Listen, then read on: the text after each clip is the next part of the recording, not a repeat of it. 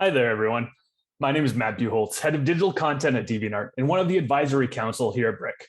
I've been thrilled to work with BRIC the past 3 years, amplifying voices and helping deliver inspiring and educational stories. I want to thank you all for joining us at the BRIC 2022 Summit today. At BRIC, we believe in looking to data in order to better understand the inequities permeating the entertainment industries. So it's my honor to introduce the next speaker. The Annenberg Inclusion Initiative is the leading global think tank studying inclusion in the media. The initiative examines representation on screen and barriers and opportunities facing women and people of color behind the camera in film, animation, and visual effects industries, as well as the music business. So without further ado, I'm excited to pass along to Dr. Catherine Pieper, Program Director of the Annenberg Inclusion Initiative. Thank you, Matt. It's wonderful to join everyone here at the BRIC Summit this morning. I'm excited to share a couple things that we've been working on over the past few years that relate to some of the work that you're all doing. It's going to be a bit of a left turn into data from the previous session, so I hope you'll bear with me. I brought lots of charts and graphs and visual aids for those of you who like that sort of thing, and also I'm happy to take questions at the end of the session. So let's just dive right in. At the Annenberg Inclusion Initiative, as Matt mentioned, we are very much interested in charting how women, people of color, the LGBTQ+ community, people with disabilities, and those with mental health conditions are doing both on screen and then where we can behind the camera. And so two of the studies that I'm going to talk about today, we did in partnership with women in animation over the last couple of years. And so really focusing in, while state of the industry is a broad term, we're going to narrow in on two industries in particular and try to answer this very large central question: how inclusive are the animation and VFX industries when it comes to access and opportunity for women? And so to answer these questions, like I mentioned, along with our fabulous partners, Women in Animation, we engaged in multiple studies. First, thinking about animation, we looked at the 120 top grossing animated films from 2007 to 2018. We also looked at the top 100 animated TV shows from 2018, thinking about above the line positions, below the line roles for department heads, and pipeline positions to leadership opportunities. Quantitatively, on the VFX side, we looked at 400 top grossing films from 2015 to 2019. We mapped all of the VFX credits in one of the largest studies that we've ever done.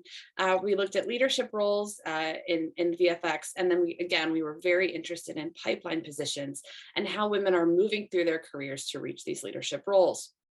Qualitatively, we're always very interested in the experiences of women, the barriers that they face, and the opportunities that exist for change. So in the animation industry, we spoke with 38 women early in their careers, as well as 37 executives, and we did a survey of 250 plus members of the Animation Guild to understand the barriers facing women in animation. In VFX, we talked to 51 early to mid-career women about the barriers that they face and their experiences in that industry. And we also spoke with 31 decision makers to understand what impedes progress for women moving into leadership. So as you can imagine, we have a lot of data across all of this information, but we're very interested or very excited to share that with you. So I'm going to start with animation. We'll move to visual effects, looking at the quantitative results, and then we'll talk about the qualitative findings as well across both industries because they align very well. So beginning with animation, we were really interested in the director role because this is the top leadership position on a film. There's decision-making authority, and these are really the prestigious roles. So how are women doing? Well, you probably won't be surprised to know that in film, 3% of directors across these 120 top grossing films from 2007 to 2018 were women. When we look to women of color, that number drops even further to just 1% of all directors. The findings in television for animated television series are a little better. 13% of those TV directors were women, but only 2% were women of color. And so when we think about both animation and VFX, this will be the trend that we see. Women overall, there are substantial issues that they face, but for women of color, the barriers are even higher and the numbers are even lower. So this is going to be something that we see across all of these trends.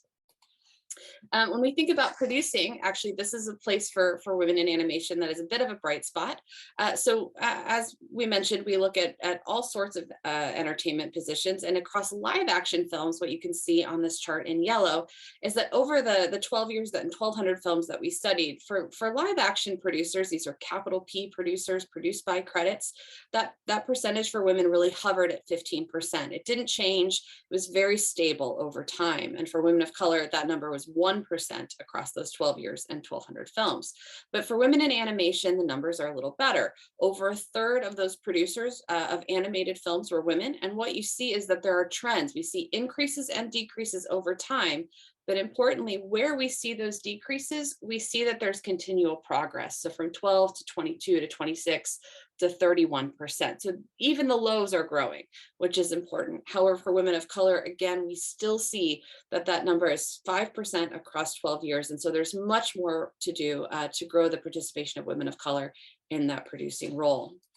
We turn to television, we see a similar story. 34% of producers were women, but as they move up in terms of prestige, in terms of responsibility, in terms of credit, we see women falling out. 17% of those created by or developed by credits, which really are about the creative engine driving the story, those went to women, and only 3 women of color were creating or developing these animated TV series. When we look to department heads in film, we can see again that there's still room for women to be moving into these leadership positions that exist even before they get to that directing role. Women fare best in lighting and in editing.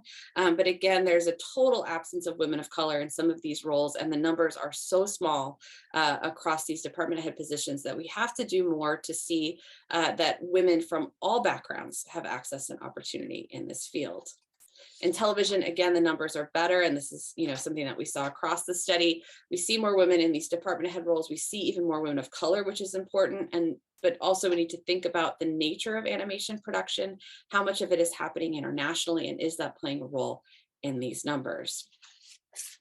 Lastly, when we think about the pipeline for animation, again, I mentioned we were very interested in that directing position because it represents, like in many other organizations or companies, the opportunity for women to move into decision-making, creative leadership, right? And so it serves as a metric for how women are doing in their careers and through the industry. What we see is that 3% starts with, women coming into these department head roles in smaller percentages, right? We see that there's a drop off from women who are head of story, head of animation, who are working as writers and moving into that directing position. But what's important to note is that even earlier in career paths, we do see more women. So what this shows us is that the pipeline for women moving from story department and animators is cracking or leaking all the way up to that directing position. And what's important to note is that in the educational sphere, women are 50% or more of students in animation programs. They're telling animated short films at festivals in larger numbers. So the talent is there. And while this is historical data, what's imperative to think about is how do you ensure that talent is able to move through the pipeline to actually increase those numbers earlier in careers, right? In the animator, excuse me, and story department position, moving into those department head roles and ultimately to that position of director. So taking that longer perspective of helping women move through that career path, recognizing talent, cultivating talent, and developing that talent to reach that director role is critical.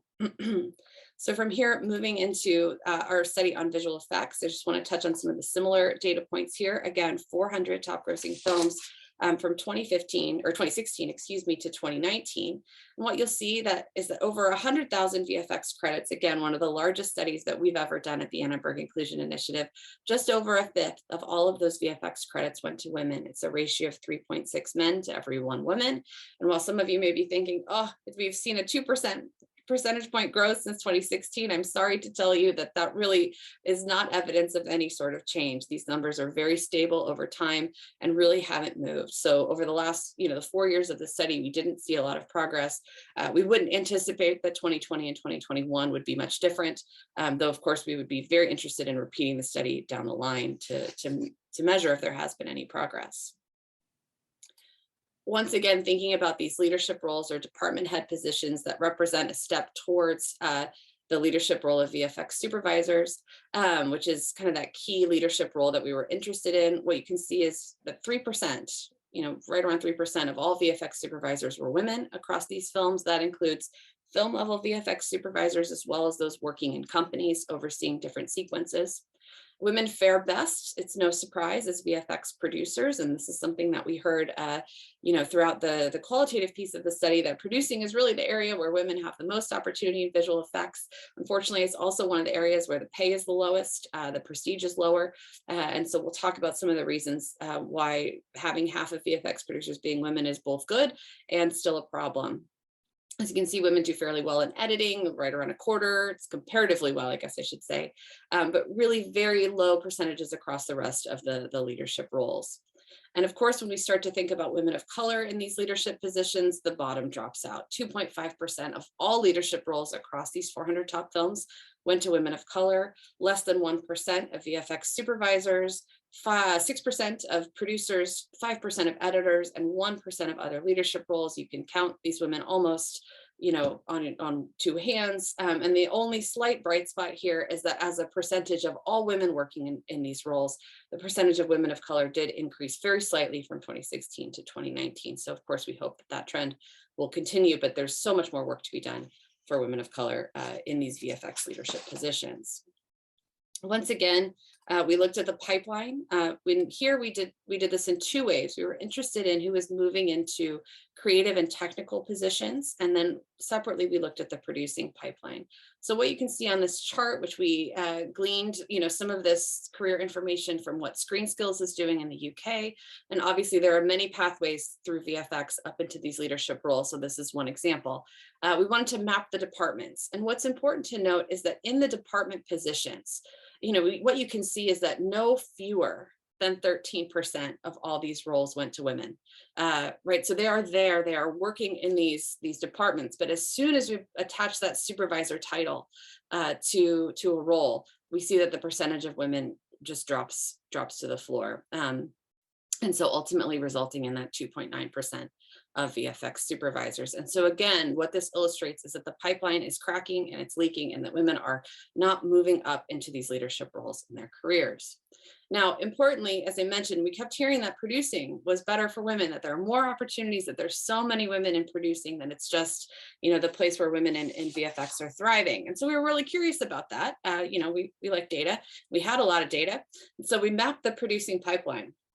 What you can see is that, in fact, as production coordinators, there are quite a few women. Almost 2/3 of production coordinator credits went to women over these 400 films, but that number starts to drop as soon as those titles increase in prestige. So we move from just under 2/3 of production coordinators to less than half of VFX producers, right? So what this shows is that the pipeline isn't only cracking or leaking for women in the creative and technical roles, but on the producing side as well. And so when we say things are great for women in producing, things are not as great as they seem. And so we have to start to think about why this might be. What's going on in career paths? What are the barriers that women are facing both in creative and technical roles and in producing, the producing track? And then thinking about that in line with our findings on animation as well. And so that led us to really this second question, right? We now know how inclusive, how much access and opportunity is there for women, but what explains the lack of women in animation and VFX? And so although these were two separate investigations, the trends are fairly similar. So I'm going to talk about them together and highlight, where in each industry we saw something that was unique or significant to that industry. But really there's three major places where we're starting to see, or where we saw that women are facing barriers. And the first one I want to talk about is workforce composition. You can see that on the bottom left. And so workforce composition, people told us, well, these are male dominated industries. They're historically male. People talked about in animation, the ink and paint years. They talked about early, iterations of the VFX industry, how it grew, and how technical it was. And that might be why. They talked about, on the VFX side, the feeder schools and majors that tend to be male driven as a contributing factor to this skewed workforce composition. And while it's important to recognize and understand that, yes, the workforce is skewed, right? The numbers are there, the data bears that out. That isn't a sufficient explanation for why women aren't moving forward, because what we see from the data is that women aren't moving forward proportionally, right? If it was just male dominated and skewed, we should see, and that was the only reason, we should see women moving forward proportionally, but we don't see that. We see the pipeline cracking and opportunities for men increasing over time, right? And in the producing realm for VFX, we see that when there are women there still is a pipeline problem. So workforce composition alone can't explain the lack of access and opportunity for women. The second thing that we heard from folks, broadly defined, is that the workplace cultures are a problem. And this is something that I know many organizations are working to tackle. But this really focused on a few different things. For animation, people told us there's a masculine culture in animation in these departments, in the way that things work within organizations that women might not feel comfortable working in. They feel like there's few opportunities for them. On the VFX side, we heard that men support each other within these cultures. And we also heard in VFX more than in animation that work and family balance is a real contributing factor to the lack of women in the field. And in fact, that the idea that the workplace culture, because it is so driven by more masculine needs and realities, doesn't support work and family balance as something that women might need more than men. Now, to this, we would say, in fact, everyone needs work and family balance. And one of the major takeaways I think we've seen over the last couple of years is how important it is for people from all backgrounds to have the ability to balance work and family life, whatever that might be, from raising young children to caring for older adults. There's a variety of ways in which people need work and family balance, and workplace cultures have to evolve to support that. The other thing we heard both in animation and in visual effects is that some people think that women don't want the jobs, right? They don't want to move into those leadership positions.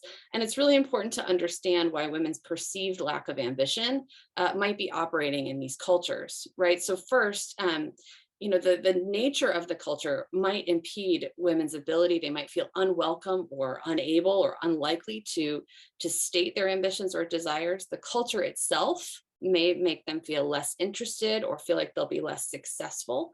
We've seen that in research when women are in cultures that are highly stereotypical, computer science cultures, their interest and perceived success in the domain actually decreases. So the cultures themselves may turn women off from feeling like they can fully participate and be themselves. They may feel that they may fall prey to what we call stereotype threat, which occurs across genders, across racial ethnic backgrounds. People feel that they're at risk of confirming a negative stereotype. They might underperform in that domain. So the stereotype threat pressures that might be in the air could contribute to women's performance, ability to actually do their best in a role. They may fear backlash for speaking up about their ambitions. And there might be a perception that the career is even closed as women look to those leadership roles where there are so few women in those positions of decision-making authority. They may feel that the hiring is based on tokenism, and may be less likely to want to pursue a job that they feel won't be open to them. And so, of course, one of the real ways to find out what women want to do in their careers is to ask them. We've done that over the course of a couple studies, and we did that in our animation research. And so we asked, women what were their career ambitions to really understand, if people are saying, well, women don't want to do these jobs, let's see how true that is. So 90% of the women, the early career women that we talked to working in animation, said that they wanted to work in leadership roles. Not surprising, this has happened before. When we asked women about the kinds of films in live action that they wanted to direct, they told us, yeah, for sure, we want to do tentpole action-driven films. No one ever asks us. And so these, in animation, the desires that women expressed included directing in film and TV, art design, show running. They want to work as executives and in a host of other positions. So sometimes, really ascertaining what women want to do in their careers is as simple as asking them, which may not come as a surprise to many of you. And the last piece that we want to talk about in terms of what is impeding progress for women in their careers are perceptions of leadership. And so, this is something that we've heard across industry, across the entertainment industry, and is actually a phenomenon that happens across industry sectors as well. So Alice Eagley has written prolifically about the idea of role congruity. The traits that we associate with leadership tend to overlap considerably with traits that we associate with traditionally masculine attributes. So leaders are dominant, they're competent, they're visionaries, they're assertive or aggressive, right? They're forceful. These aren't words that we typically use to describe traditionally feminine roles. And Similarly, we don't typically talk about leaders by remarking on how compassionate or kind or generous they might be. And so the way that we think about gender norms, right, and the way that we hold those traditional or stereotypically masculine or feminine attributes, right? And there's a lot of room for gender neutral or more fluid gender identity to fill the gap in between there. Those traditionally masculine attributes tend to overlap with leadership traits. And that's what we heard in our studies. We heard that the way that people think about VFX supervisors, the attributes they assign to that role overlap much more with what we traditionally think of culturally as masculine attributes, right? And very often do not overlap with traditionally feminine attributes. We heard this in animation as well. Women were perceived to be risky in the role of the director. People were uncomfortable with the idea of women in that leadership position, directly resulting from some of this idea that women aren't evaluated to have leadership potential because they're not seen as having those leadership traits. And then when they do express those leadership traits, they're often punished for acting in a way that violates traditional gender norms. And we can all think of examples, I'm sure, when we've seen that in our workplaces. Now, the flip side to this, and what we found very interesting, is that there's comparatively more women working as producers in both animation and visual effects because, one, a career path is available to them, and two, these positions are just so aligned with who women are, right? And so defining that producerial role in terms that very much align with traditional notions of femininity, whether it's in the animation side, we heard that it's a secretarial administrative role. On VFX, we heard that women are just so organized. They're perfect to be producers. And so really defining that role in those traditionally feminine or feminized attributes makes it a place where women are seen as having more opportunity, as more aligned with, and maybe they even are pushed to those producing roles where there's more opportunity perceived for them to thrive. And so opening up how we think about leadership, really challenging those stereotypical notions is critical if we're going to change the way that companies function and how women move into those positions of decision making. And across all of this, we also have to recognize that women of color in our studies told us that they don't feel welcome. They are not hired or given jobs that they're not available to them.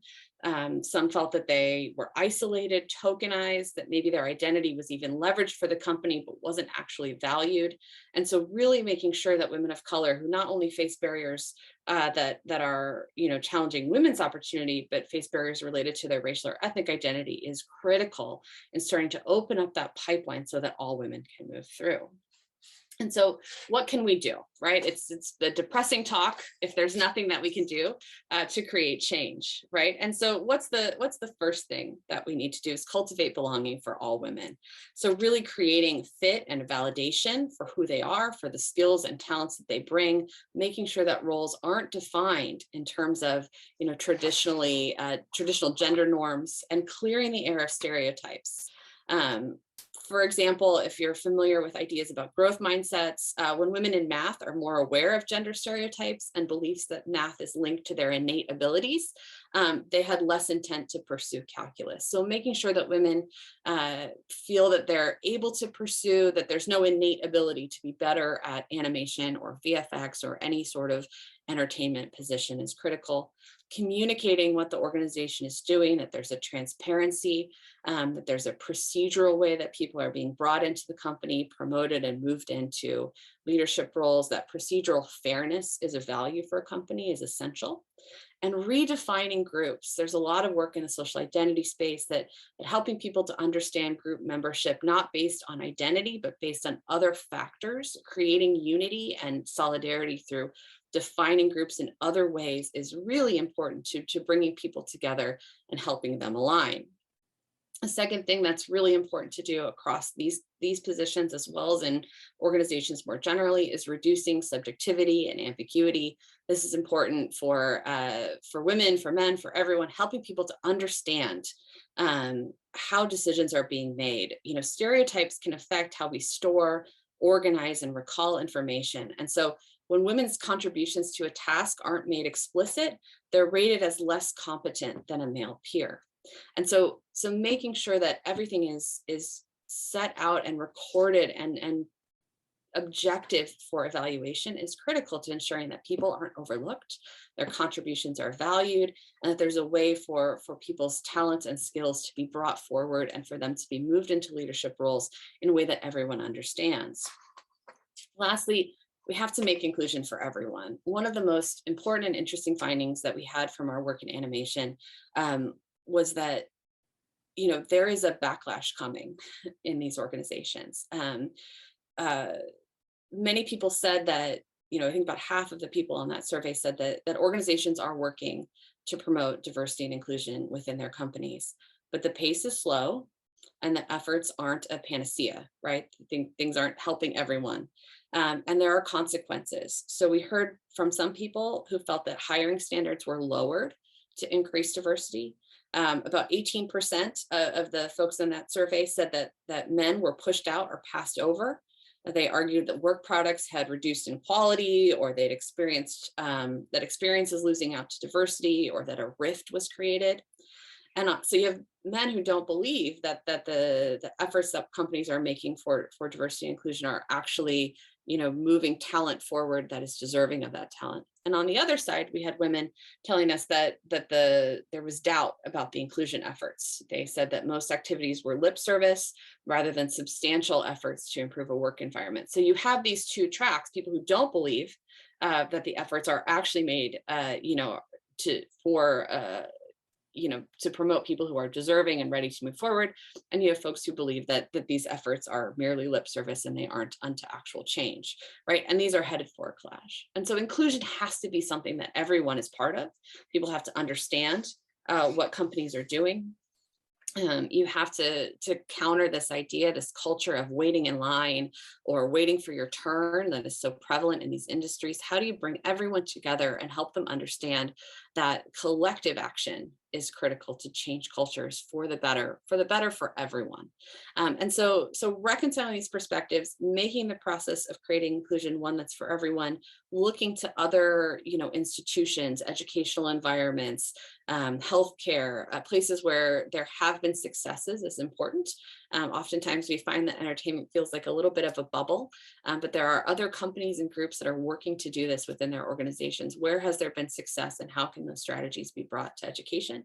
And overall, making inclusion a journey that everyone is on, right? We're all gonna discover new things together, find better ways of working together, and find ways to uncover talent, develop and grow employees who have that talent, and move them into those leadership roles so they can make a difference.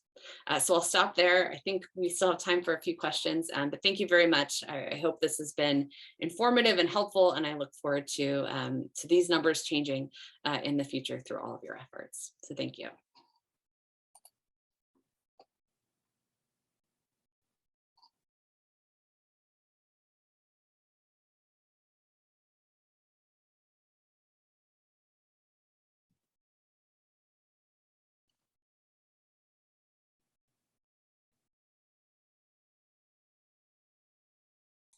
Hello. Thank you for sharing that with us. I always get incredibly emotional looking at the data that you all put together, because you live these things, these experiences as women working in entertainment anecdotally, right? And you wonder how unique your experience is. And it's not until scientists and data analysts like you are really like quantifying that and finding the trends and really just making us see the path of where we can make things better. So thank you so much for the work that you're doing. You're very welcome. And there's a huge team. I mean, it's one person talking, but we have a huge team. So many folks at the initiative are committed to this and excited for how we continue to measure and create change. So I'm one person representing a very, very large team. Yeah. Well, and you talked about like staying activated and having all of us to come together, which I think is amazing, because I do feel that there are certain groups and people that are feeling pushed out, but we need to all work together in order to make change. Like there's knowledge sharing, and if we all are together and we all are mentoring each other, then we're stronger together as like an industry. And when we create programs, like whether they're internal or external, that people can get the access and education into our world, that's just another way to build up that foundation. So I would love for you to speak to the program that you just launched, the initiative, the Accelerator for Female Film Students of Color.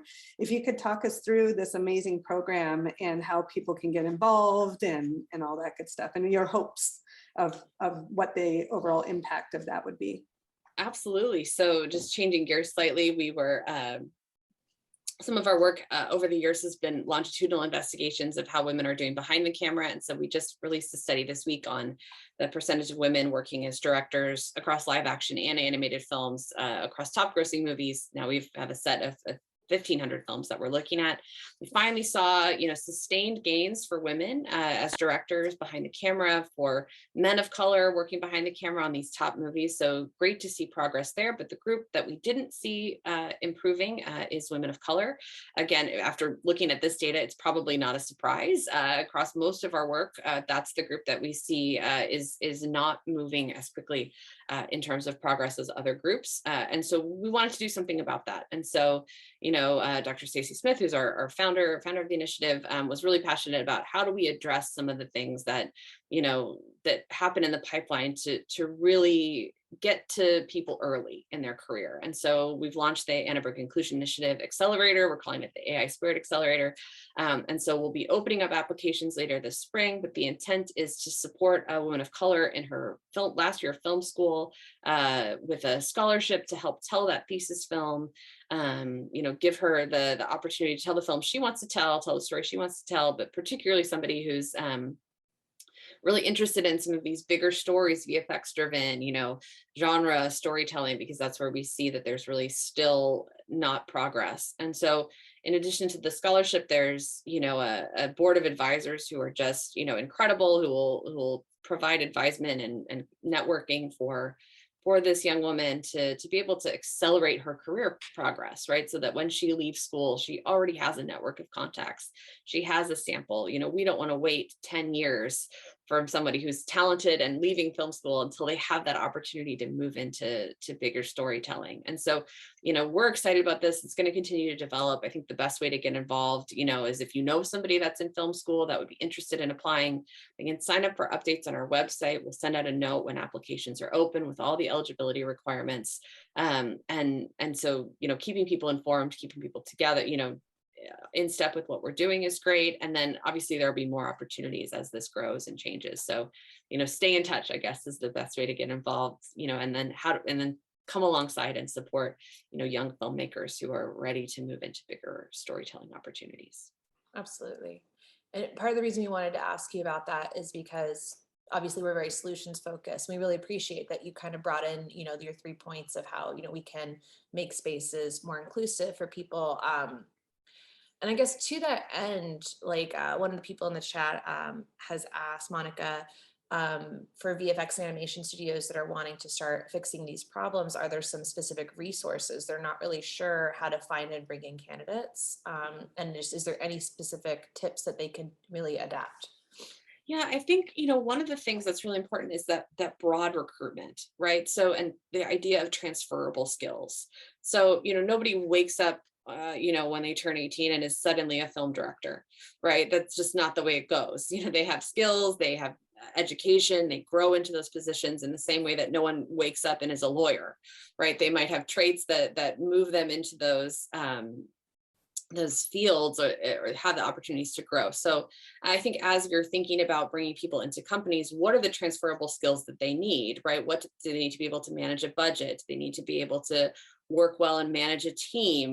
There are technical skills, but how are those, embraced across a team? And so really thinking about how we build teams and look across disciplines, right? So, our students at the Annenberg School are communication majors, but they go into a variety of different fields. We have students who go into PR, we have students who work in companies, we have students who become event planner, they do all sorts of things. And so how do you identify not just what the major or the degree is, but what are those skills, and really thinking about them in an objective way. So how do you take a look at someone's prior experience, what they've done, what they're working on, and use those as a way to sort of target people to start to recruit to bring in. And as we think about that more broadly, it opens up access to look to places we might not have looked before. And so, moving from thinking about we need somebody who does X to we need somebody who has the skills of Y or Z will be helpful, and starting to really cast that wide net. Obviously, starting earlier, I know our students do so many internships, right? I did not do any internships when I was in college.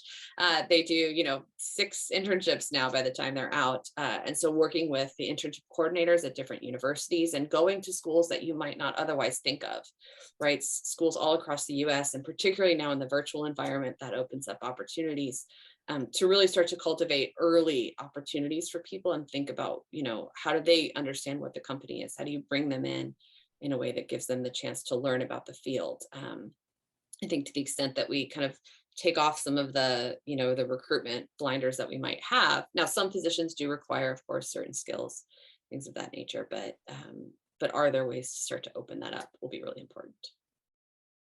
Absolutely. One of the questions that we had is, so about this data, is it global or is it US centric? It's global in the sense that because it's derived from film credits, it's, it is based wherever the companies are working. So but these are top grossing US films, of course. So they're not global films in the sense that they're not necessarily, in non-English languages or international features, but of course, they're some of the biggest films in the world. So some of it is global in some senses, somewhat US focused, I think more on the animation side. And then I guess I know that you probably can't tell us, but in terms of like, where's your lens going next? Like, what are our next reports we can look to have from you? And is there any way that, like, if a company or anyone was really wanting to ask you to look into YZ topic, like, what's a way that we can kind of expand this research in our industry? Absolutely. We work with companies all the time. So people come to us and they're very interested in how they're doing. So we do work that is, company focused, whether it's, thinking about cultures within organizations, output, what are companies distributing? What are they putting out into the world? We do that kind of work all the time. And I'm happy to chat about that. You can reach out to us at aii@usc.edu and, send us a note. We'll get in touch that way. The other stuff that we're working on, we're going to continue our longitudinal projects. So we just put out our director's study. We have some other work coming out in that vein. We've been doing a lot of work on mental health over the last few years and how mental health conditions are present in film and television. And so we'll be updating some of our previous work on that topic. We have a lot of stuff, in the works. We're always doing something, whatever that might be. So, I think what we're really interested in is continuing to think about solutions and how do we partner with companies that are moving in a direction to cultivate change. Absolutely. Natalie in the chat is asking, do you think that change will come from top down or from women supporting women? I think it has to be both. You need a commitment from the top, to ensure that, transparency and accountability within organizations to set an agenda. It's critical. I think women supporting women is also crucial. I think men supporting women, I think, individuals from all backgrounds supporting each other is important, right? We can't just have certain groups supporting each other. It has to be for everyone. It has to be taking off our own, perspective and really saying who's talented, who's ready, who's going to move forward, who's moving in that direction. How can we accelerate their growth and development? Looking at it from a person-centric approach, but also thinking about the systems that we're part of. You have to do both. And I think what's exciting to me is we're surrounded by college students who their values and their perspectives are so different from what we've seen in the past. And they are going to enter these companies and they are not going to be interested in cultures that are exclusionary, in places where there's discrimination or bias. They are not going to do it. I can tell you that because we work with them all the time and they are consistently calling it out. So, as this generation enters the workforce, that's going to create change from the bottom, right? Because they just won't stand for it and they will leave. And so how do we, cultivate a message and a culture from the top? How do we set that agenda at the top so that when people enter into these companies, they feel supported, they are on, they are part of that culture right away. They feel like they can be bought in and included, and then we'll see the change start to come, I think, or continue. There's change happening. How do we continue it?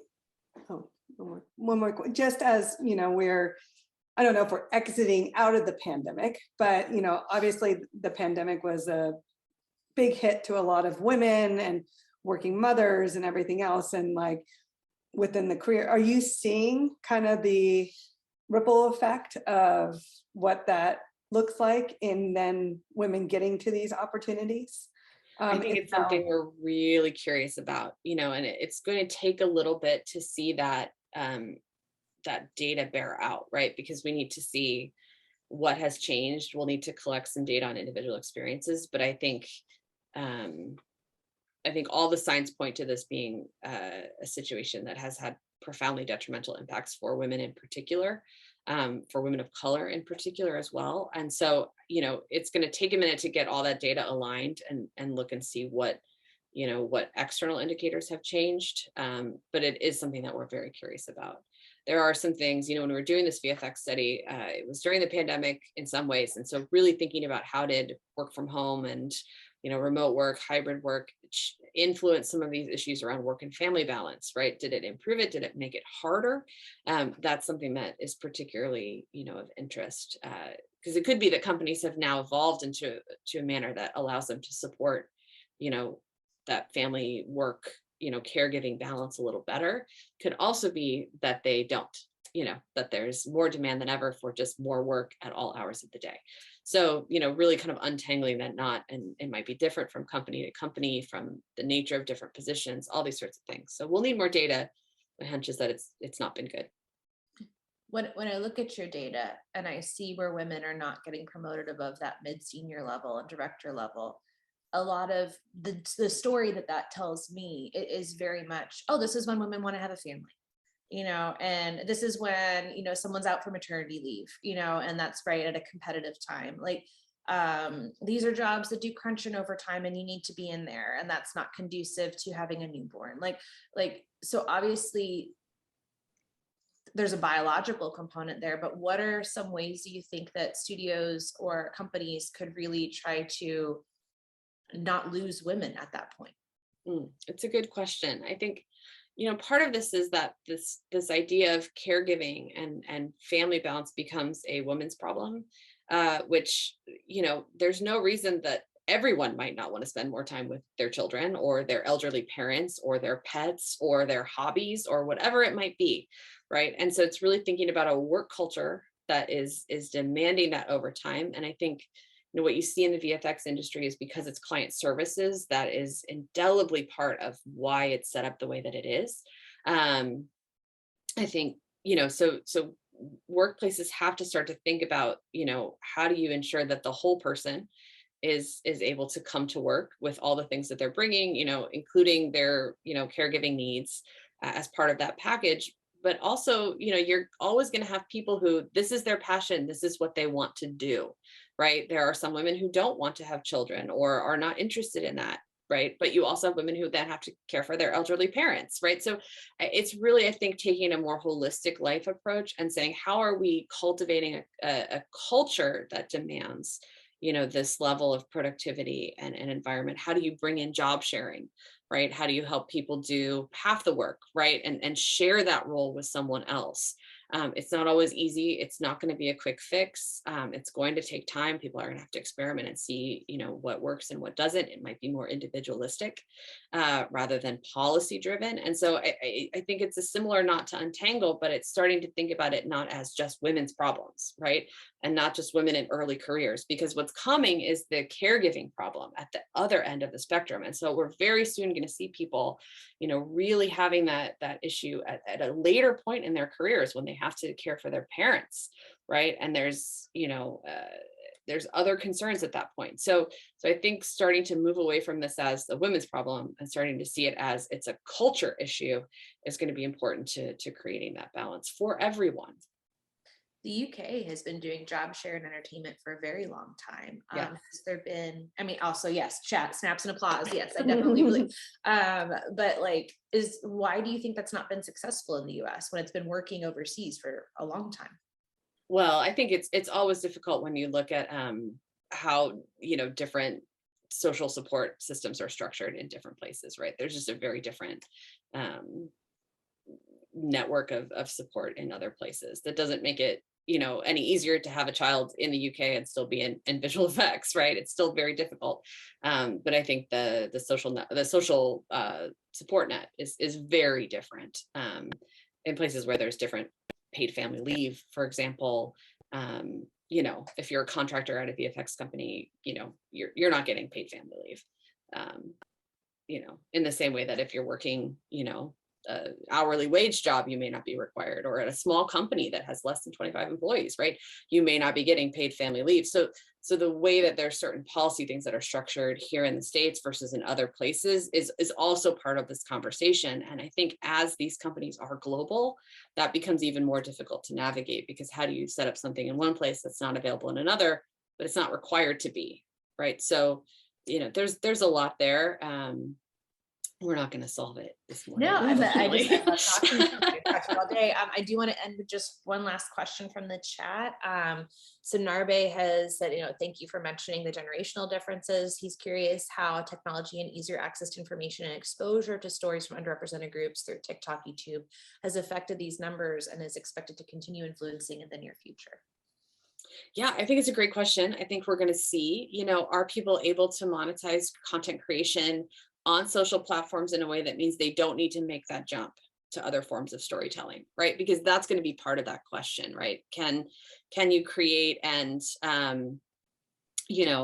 sustain a career with mobile storytelling, right? On social media in a way that you don't need to tell, a feature film. We know that that's kind of the hardest because there's so much capital that's required. You can't just grab your phone, grab your friends, make a video and get it to, 100 million people via TikTok, right? Like it's different. And so I think it'll be interesting to see what this generation wants to do, right? Are they interested in telling those big stories, or do they like, smaller, episodic content? I think it's going to be something to watch. And unfortunately, the crystal ball over here is broken today, so I can't answer totally what's going to happen in the future. Thank you so much for your time. We so appreciate you and your insight. And just and people are asking, can they reach out to you with more questions post-presentation? So I'll let you answer that, or if there's a way to contact the USC Annenberg Institute. But just thank you for the work you're doing. We really appreciate you. Yeah, absolutely. Great. Yeah, reach out to us, aii@usc.edu is the best way, and then we'll make sure the right person gets the email. So thank you. Have a great rest of your day. Thank you. Thank you. For being here.